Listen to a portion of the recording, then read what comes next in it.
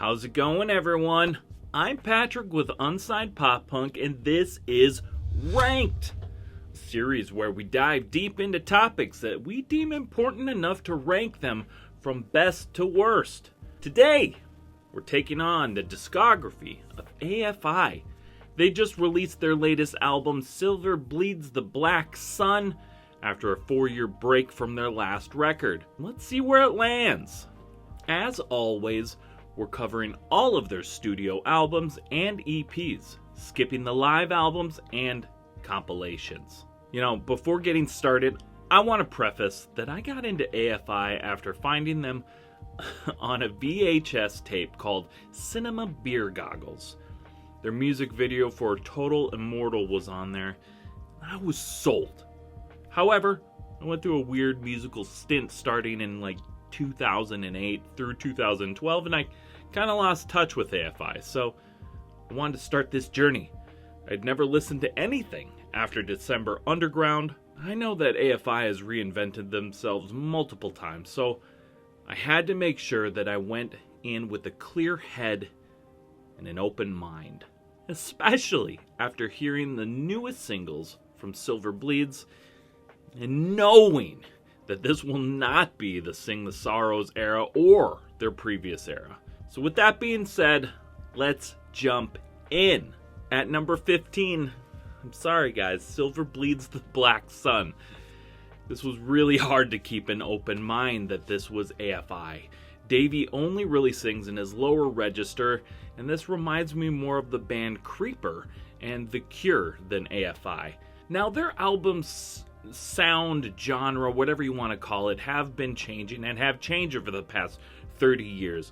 More so the last 10 years up until this point. It just isn't what I'm looking for when I want to listen to AFI.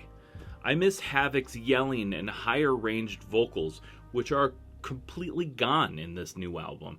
I know that he had surgery and that he's not able to do a lot of the same stuff that he used to do. However, he is still able to sing in his higher register as per the previous couple albums, as for all the previous albums, and I just miss that. With that being said, I do find myself enjoying the singles Behind the Clock and Holy Visions. However, honestly, more so because they remind me, like I said, of something that would be on a Creeper album, and I really like Creeper.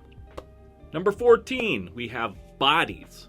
And here we can debate when they started their goth pop era, but at this point, they pretty much stopped adding the more up-tempo drums that would be considered punk or pop punk or emo.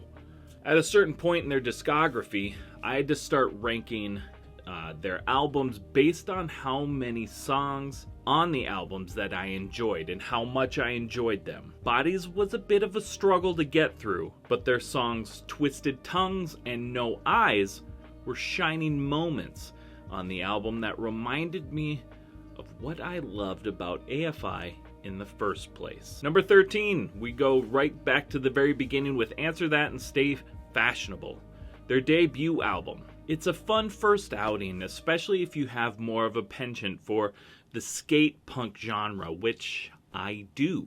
The songs that stick out to me the most are Two of a Kind, excuse me if I pronounce this wrong, because I probably will. Yerf, Renden, Maine, and I Want to Get a Mohawk. Number 12, very proud of you. Their sophomore albums, a punk rock kick in the face. It's a huge step forward from Answer That and Stay Fashionable. The biggest issue I have with this album is that there are 20 songs, right? Though not one of them even hits the 3-minute mark, I think this is just a case of leave them wanting more. Cut about 5 of the songs. Let's be honest, they all didn't have to make the album. Number 11, the A Fire Inside EP.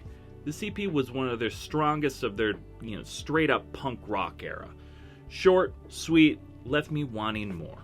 Number 10, AFI, or the Blood album. We're hopping back in that goth pop era, which has hints of their earlier incarnations, like their song White Offerings, which could potentially fit on Sing the Sorrow or December Underground.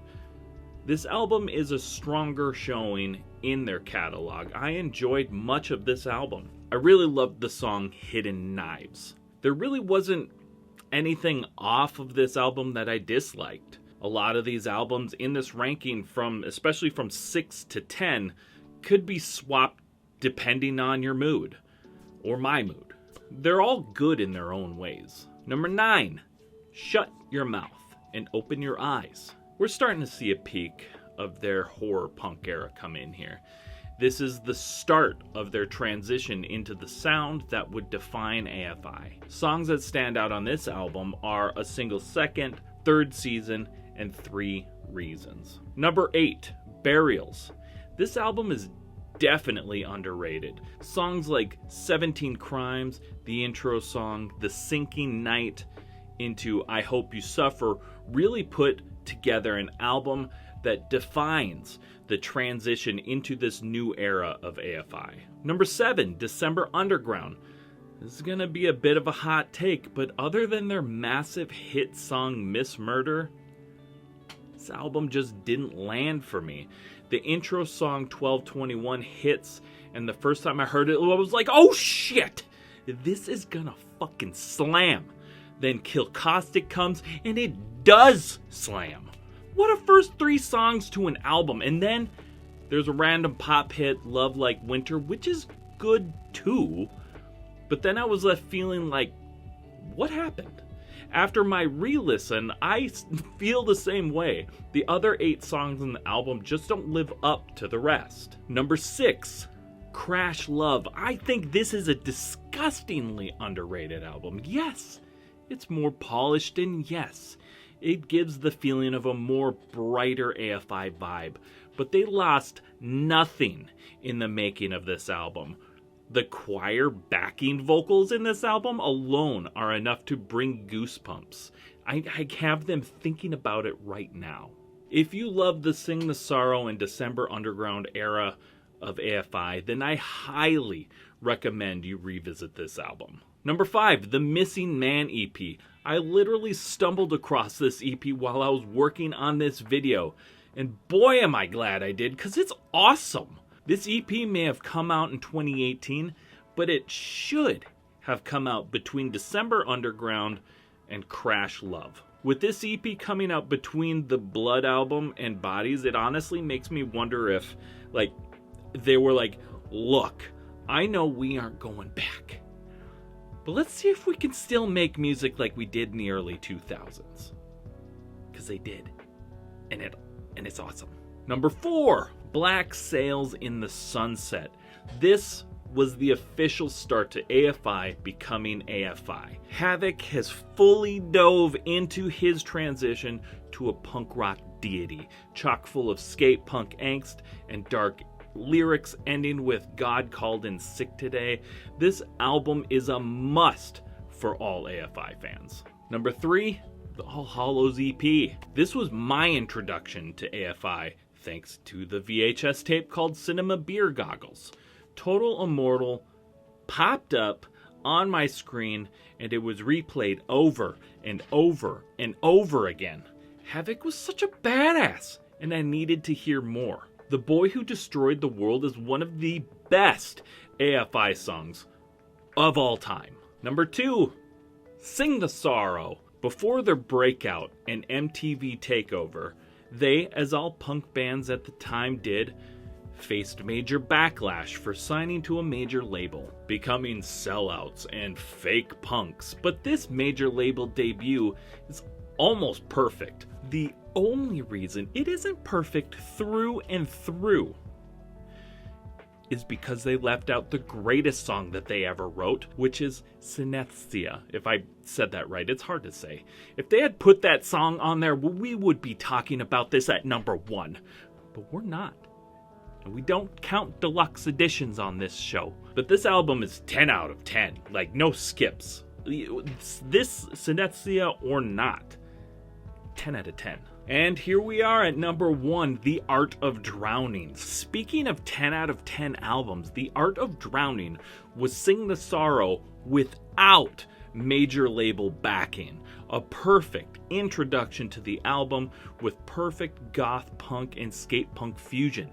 This is the transition that made Sing the Sorrow what it was. The hit song, The Days of the Phoenix, can easily go toe-to-toe with Girls Not Grey or Miss Murder any day. Not Synesthia, though, of course, but that song doesn't count on this ranking. And that's it!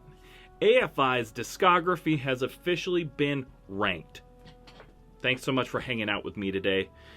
If you dig this video, please smash that like button, hit subscribe, and drop your rankings in the comments. I want to know where you'd place Silver Bleeds the Black Sun, Sing the Sorrow, or December Underground. Until next time, I'm Patrick, this has been Ranked, and I'll see you soon.